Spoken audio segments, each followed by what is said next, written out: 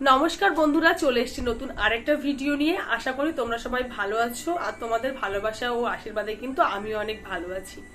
তোমরা সবাই আমাকে এতটা সাপোর্ট করো, সত্যি বলতে আমি মন থেকে অনেক খুশি। আজকে তোমাদের সঙ্গে আলোচনা করব কিছু বিষয় নিয়ে। তো বেশ কিছুদিন আগেই কিন্তু আমি আশা কর্মীর যে ভ্যাকান্সি বার হয়েছে নদিয়া জেলা, সেটা সম্পর্কে অনেক তথ্য দিয়েছি। সত্যি কথা বলতে গেলে আমার ফোনে অতটাও নেট থাকে না যে সবসময় আপডেটেড ভিডিওগুলো আমি দেবো, কিন্তু যতটা পারবো দেওয়ার চেষ্টা করব। যেহেতু বাড়িতে আছি ওই জন্য ওয়াইফাই এর অসুবিধা হয় না, যেখানে থাকি সেখানে তো ওয়াইফাই নেই, আর আমার সেটটাও 5G নয়, ওই জন্য সবসময় ভিডিও আপলোড করে দিতে পারি না। তো বাড়িতে ছিলাম, দেখলাম আশা কর্মীর ভ্যাকান্সি বেরিয়েছে, তাই সমস্ত আপডেট তোমাদেরকে দিয়ে দিলাম। তো এরপর তোমাদেরকে আরো একটা কথা বলি, আমি যখন 2019 সালে অঙ্গনারীর ফর্ম ফিল আপ করেছিলাম, তখনও কিন্তু তার বেশ কিছুদিন আগে আশাকর্মীর ফর্ম ফিল আপ হয়েছিল। তো আশাকর্মীর ফর্ম ফিল আপের পরপরই নদিয়া জেলায় অঙ্গনারীর ভ্যাকান্সি বার হয়েছিল।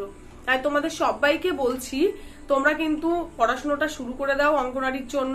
আগে যেমন সহজ কোশ্চেন হতো, এখন কিন্তু একদম সহজ কোশ্চেন হয় না। আশাকর্মী বা অঙ্গনারীর জন্য কিন্তু এখন ভালোই কঠিন প্রশ্ন হয়, যে প্রশ্ন কিন্তু আমরাও পারি না। আমি আগের দিন মুর্শিদাবাদ জেলার অঙ্গনারীর প্রশ্ন উত্তরটা দেখছিলাম, যেখানে 50টা কোশ্চেনের মধ্যে হয়তো আমি 42-43টা প্রশ্নের উত্তর পেরেছি, যেখানে কিন্তু 5-6টা প্রশ্নের উত্তর কিন্তু আমি পারিনি, কারণ আমার একদমই প্রস্তুতি ছিল না।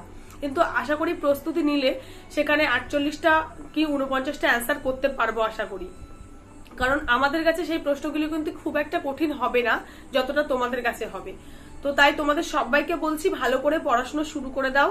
আমি যখন পরীক্ষা দিয়েছিলাম অঙ্গনারীতে, তখন কিন্তু 100 নম্বরের মধ্যে 10 নম্বর হয়েছিল মৌখিক পরীক্ষা বা ইন্টারভিউ, বাকি ছিল 90 নম্বরের মধ্যে 10 নম্বরের একটা রচনা লিখতে হয়েছিল, 5 নম্বরের বাংলা থেকে ইংরেজিতে অনুবাদ ছিল, আর বাকি 5 নম্বরের ইংরেজি থেকে বাংলা অনুবাদ ছিল। এখানে চলে গেছিল 20 নাম্বার।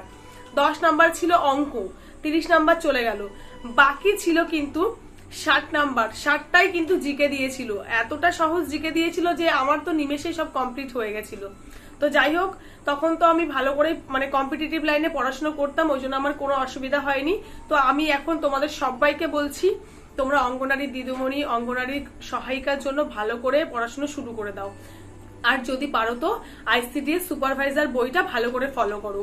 আমি বলছি না যে আইসিডিএস সুপারভাইজার বই থেকেই কিন্তু সবকিছু আসবে, তোমাদের কিন্তু বইয়ের পাশাপাশি ইউটিউব ফলো রাখতে হবে, বিভিন্ন আপডেটেড চ্যানেল গুলোর থেকে তোমাদেরকে প্রশ্ন উত্তর কালেক্ট করতে হবে, যাতে তোমরা ভালো করে পরীক্ষাটা দিতে পারো।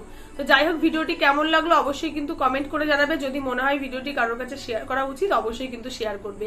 এখনকার মতো ভিডিওটি এখানেই শেষ করছি।